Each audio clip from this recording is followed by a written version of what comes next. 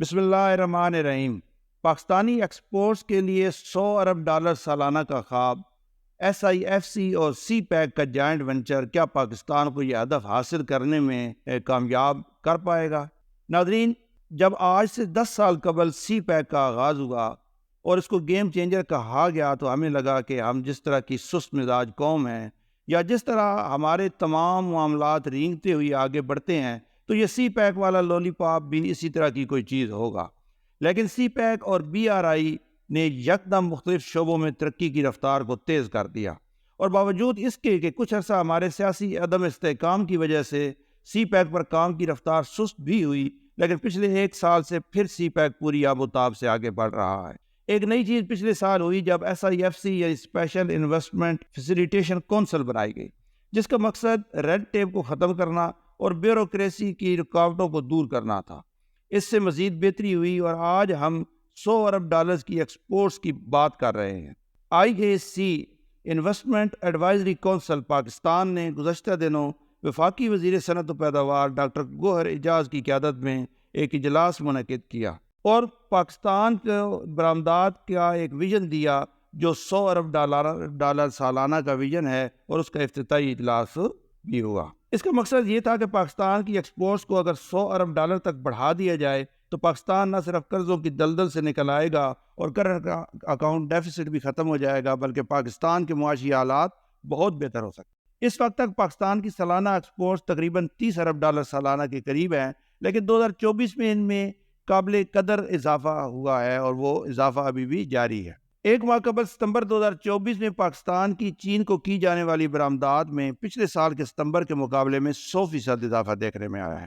تاریخی طور پر پاکستان نے اپنی معیشت کو کبھی بھی مضبوط بنیادوں پر کھڑا کرنے کی کوشش نہیں کی اور اس کو ایکسپورٹ اورینٹڈ اکانومی بنانے میں کوئی سنجیدہ کوشش نہیں کی گئی۔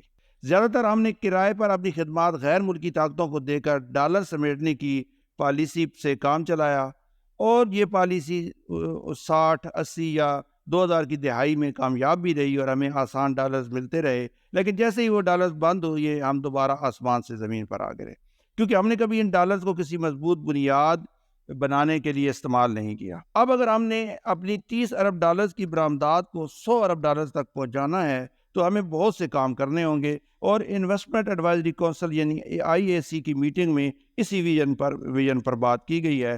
اس میٹنگ میں یہ بات نوٹ کی گئی کہ یورپین یونین کے سی بی اے ایم یعنی کاربن بارڈر ایڈجسٹمنٹ میکنزم کے نام سے ایک وہ میکنزم لانچ کیا ہے، اور جس کے تحت ایسی انڈسٹری جو زیادہ کاربن کے اخراج کا باعث بنتی ہیں ان کی پروڈکٹس کو یورپ میں درآمد نہیں کیا جائے گا۔ امکان ہے کہ دیگر مغربی ممالک بھی اس کی پیروی کریں گے۔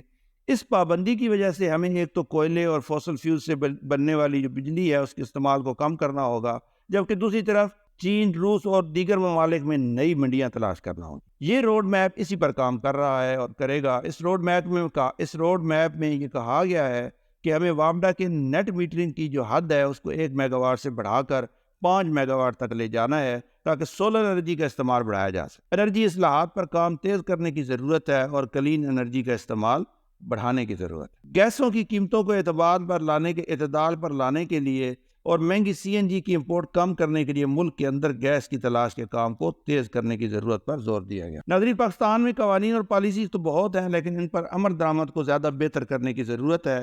برآمدات کے $100 ارب کے ہدف کے حصول کے لیے بنایا جانے والا یہ روڈ میپ اسی بات پر زور دیتا ہے کہ مالیاتی پالیسی اور ٹیکس اصلاحات وقت کی اہم ضرورت ہیں، اور ٹیکسز کا بوجھ چند شعبوں یا چند طبقات پر ڈالنے کی بجائے اکانومی کے تمام سیکٹرز پر تقسیم کیا جائے اور ٹیکس پالیسیز بنانے والوں کو ٹیکس ایڈمنسٹریشن سے الگ کیا جائے۔ روڈ میپ میٹنگ میں یہ بھی تجویز کیا گیا کہ زیادہ پیداوار پر زیادہ ٹیکس کی بجائے زیادہ پیداوار یا کاروبار کرنے والوں کو ٹیکس انسینٹیو دیے جائیں، اور ٹیکس ریٹس کو بھی اس قابل بنایا جائے کہ ریجن سے یا باقی دنیا سے انویسٹمنٹ کو اپنی طرف اٹریکٹ کیا جا سکے۔ امپورٹ ڈیوٹیز اور ایکسپورٹ انسینٹیوز کو دوبارہ دیکھنے اور بزنس فرینڈلی بنانے کے ساتھ ساتھ ایکسپورٹس کے لیے مختلف اشیاء کی لسٹ کو بھی بڑھایا جائے تاکہ زیادہ سے زیادہ اشیاء جو ہے ہماری ایکسپورٹ ہو سکے۔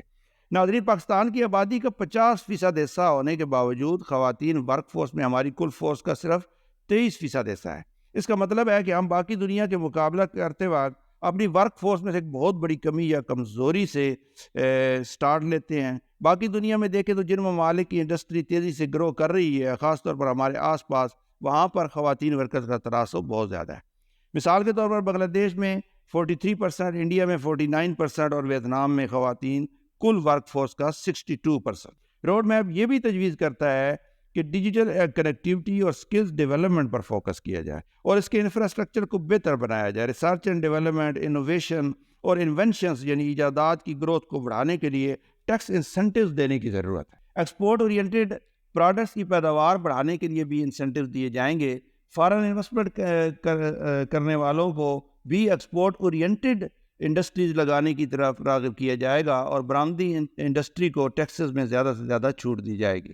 آئی اے سی کی میٹنگ میں یہ بھی تجویز کیا گیا کہ پلاننگ کمیشن کو ختم کر کے اس کی جگہ پالیسی اینڈ ریفارمز کمیشن بنایا جائے اور تمام منسٹریز یعنی وزارتوں کو اس کمیشن کے ساتھ کوآرڈینیٹ کرنے کا پابند بنایا جائے تاکہ تمام پالیسی کا رخ ایک جانب رکھا جا سکے اور ان کے آپس میں ایک لنک موجود ہو، نہ کہ وہ اپنے اپنے رخ پر چل رہی ہوں۔ سیلز ٹیکس کے حوالے سے بھی بہت ساری تجاویز دی گئی ہیں۔ ان تمام اقدامات کا ایک ہی مشن اور مقصد ہے کہ پاکستان کو دوسروں کا باج گزار بنے رہنے سے نکالنا اور اپنے پاؤں پر کھڑا کرنا، بلکہ اس کو ایکسپورٹ اورینٹڈ اکانومی بنانا۔ حال ہی میں جیسے چین نے ہم سے گوشت اور جو زرعی اجناس ہیں وہ منگوانے کے لیے بھی بہت سارے ایگریمنٹس کیے ہیں، روس میں بھی آپ کی یہ چیزیں جا رہی ہیں، اور بھی بہت ساری ایسی چیزیں ہیں جو ہم ایکسپورٹ کر سکتے ہیں، لیکن اس کے لیے ہمیں ایک مربوط انداز میں کام کرنے کی ضرورت ہے۔ یہ ایک ایسا خواب ہے جس کی تعبیر اب زیادہ دور نہیں دکھائی دیتی، اور امید کی جا سکتی ہے کہ ہم اس خواب کو حاصل، اس ٹارگٹ کو حاصل کرنے میں انشاءاللہ کامیاب رہیں گے۔ ناظرین، ویڈیو کے آخر میں دیے گئے لنک پر جا کر آپ پاکستانی ایکسپورٹس میں حالیہ جو اضافے ہیں ان کے بارے میں ایک ویڈیو دیکھ سکتے ہیں جس میں ایکسپورٹ میں اضافوں کے بارے کی ریزنز اور وجوہات وغیرہ بتائی گئی ہیں۔ ناظرین، اپنا خیال رکھیے گا۔ بہت شکریہ۔ اللہ حافظ۔